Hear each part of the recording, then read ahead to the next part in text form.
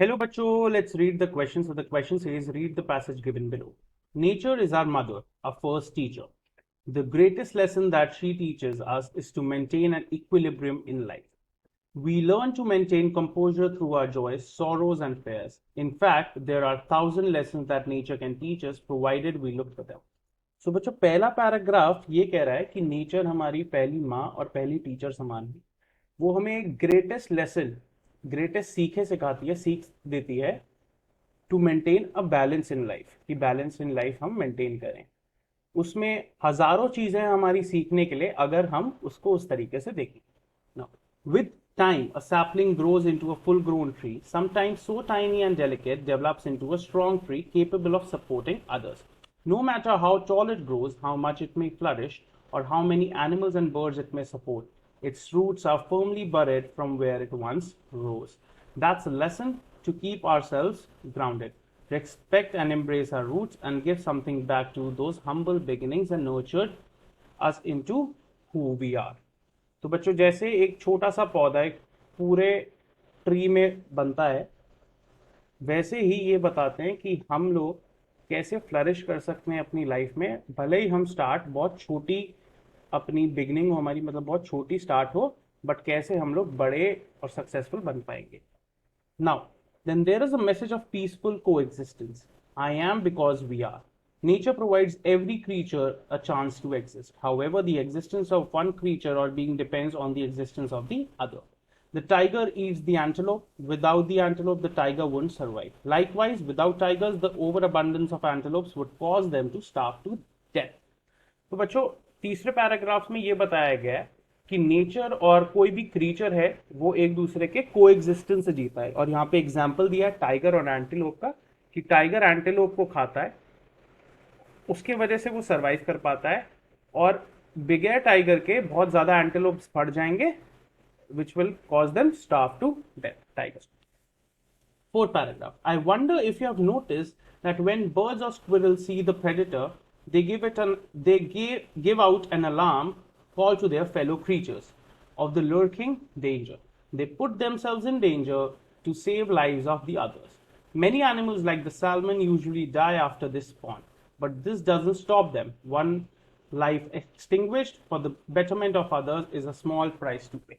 So बच्चों fourth paragraph में ये बताया गया है कि जैसे बर्ड्स और स्क्विरल अपने शिकार को, मतलब जो उनका शिकार करने वाला उन्हें देखती है, अपने प्रेडेटर्स को देखती है, वो एक अलार्म देती हैं जिससे जो बाकी क्रीचर्स हैं वो सावधान हो जाएं कि भाई यहाँ पे एक प्रेडेटर है। तो वैसे ही मान लीजिए एक अपनी जान दे रहा है for the betterment of others, this is a small price to pay. Fifth paragraph. The snow melts in the warmth of spring to give birth to fresh green leaves. In autumn, these leaves age into shades of gold, only to be buried in the cold grave of winter. Change is inevitable. The sooner we embrace this, the better it is for us. We must also understand that even in pain there is growth. If you cut a hole in the tree, it will grow around it. No matter what may come in its way, a river will continue to flow. Similarly, no matter what grief may break your heart, nature teaches us that life goes on. तो वैसे ही बच्चों कुछ example दिए गए हैं कि जैसे snow melt होती है गर्मी में, और स्प्रिंग में नई हरी पत्तियां आती हैं, वैसे ही ऑटम में वो गोल्डन कलर की हो जाती हैं और फिर गिर जाती हैं विंटर्स के आते आते। तो वैसे ही चेंज को रोका नहीं जा सकता, चेंज इज इनएविटेबल। हम जितना जल्दी ये समझ लें हमारे लिए बेहतर है, और कुछ एग्जाम्पल से ये समझाया गया है। Keep in mind, life isn't about making lists and trying to be one step ahead of others. Life is to live. Take a break, stop being a workaholic, and smell the roses. Do whatever makes you feel happy, and most of all, spend some time with nature to pick up invaluable lessons.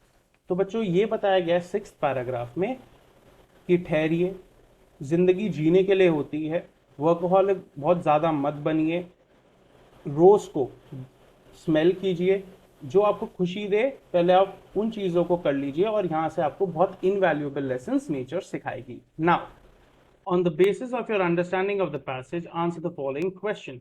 Select the qualities from paragraph 3 that the author wants us to imbibe. Being acceptive, first; second, passionate; third, emotional; fourth, resilient; fifth perceptive. तो बच्चों imbibe का मतलब जो author चाहता है कि हमारे अंदर ये खूबियां आ जाएं, ये हम ले लें। तो अगर मैं पहले ऑप्शन से जाता हूं, या फिर हम ऐसे करते हैं कि कौन कौन से ऑथर क्वालिटीज चाहता है नेचर से जो हमें को एग्जिस्टेंस बता रहा है।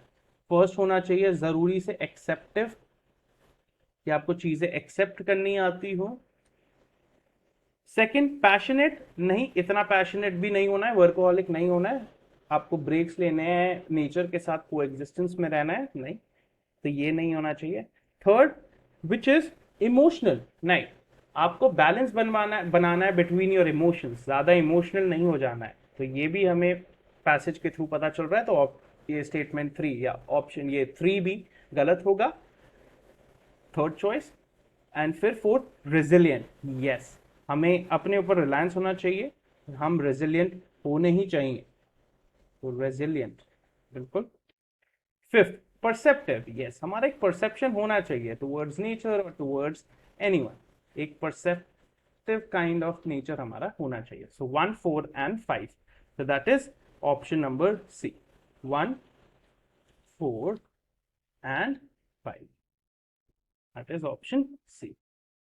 The correct option is option C, 1, 4 and 5. I hope you understood it well.